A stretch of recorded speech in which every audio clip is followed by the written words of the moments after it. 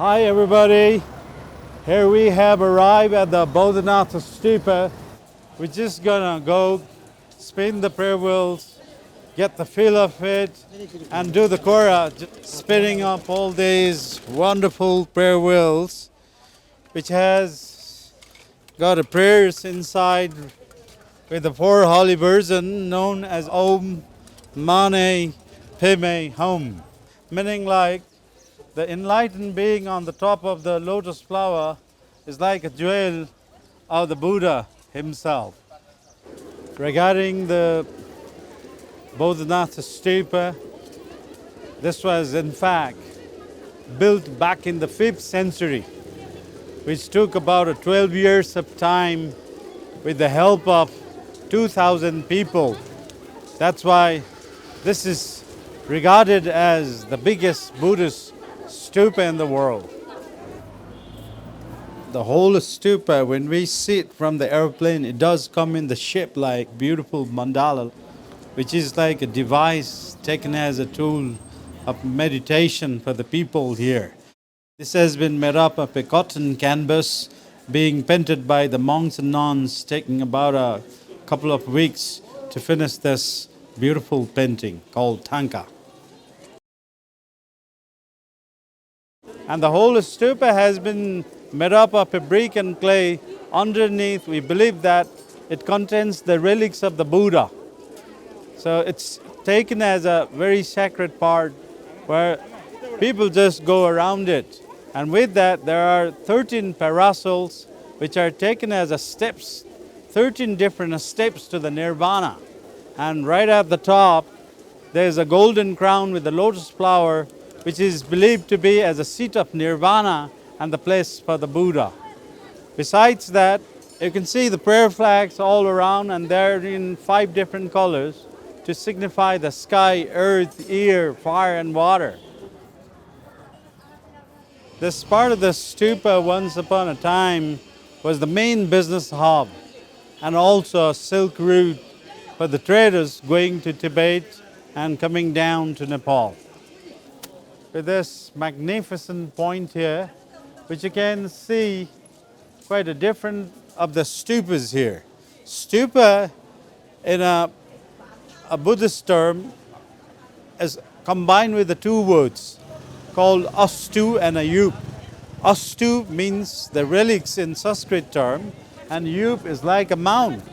Since there's a huge mound which is containing the relics of the Buddha, like bones and the ashes of the Buddha there, and people don't go inside. It's all like a solid hemisphere rock.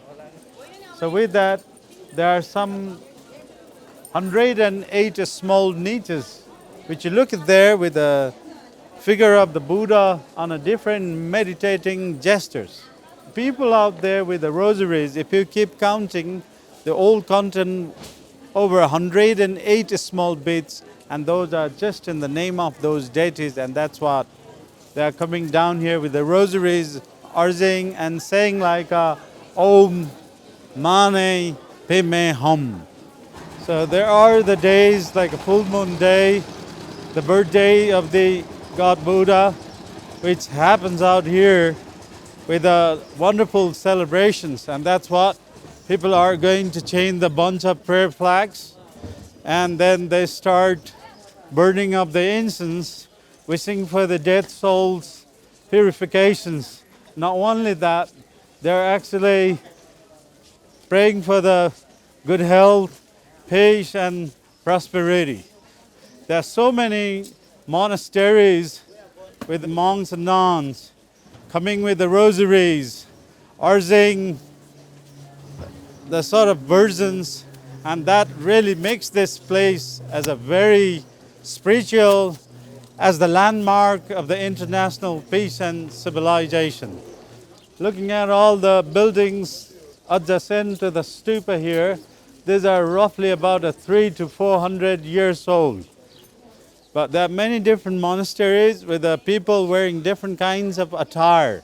This is the burning of the incense, which is a very prominent part of the Tibetan Buddhism, with the people buying all these incense which are like a juniper base. So they just bring it all the way from home or get it from the stalls and burning all these in the loving memory of their dead ones, wishing for the soul's purification and also for the prosperity, long life and a good health of their families. And these are the wonderful Tibetan ladies with the wonderful rosaries. And they are pretty much passionate about urging the prayers, saying like, "Oh, Mane Pime home." On my left here, this is considered to be as one of the oldest monasteries so far. They have prayers every morning with a group of monks living inside here, doing prayers in the morning time, and then at the end of the day, we're doing different kinds of rituals here. The greatest part of the Boudhanath is we have the commonalities between the Hinduism and Buddhism over the history. So on my left here, here's a little shrine dedicated to the goddess of protection. We call her the mother goddess called Ajima. That's where people are taking her as a common goddess in Hinduism and Buddhism so far. See the eyes in the center, which I believe to be as the old warning and all-seeing eyes of the Buddha. It has been said somebody who comes up here with the evil resolutions or negativities, the all cannot be hidden from the eyes of the Buddha. That's why we call it as the all-warning and all-seeing eyes. You can see the big bunch of the prayer flags all over. They're just beautiful in 5 different colors, like a green, blue, red, yellow, and white. And they all are the representation of the 5 different elements: sky, earth, air, fire, and water.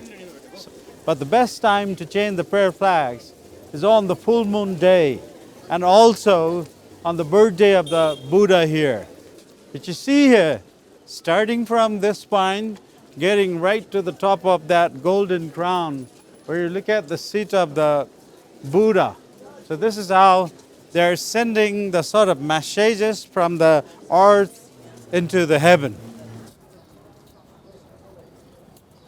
So that's what the Boudhanath is, highly spiritual place so far in the world, and no doubt is the land of peace and the eternity.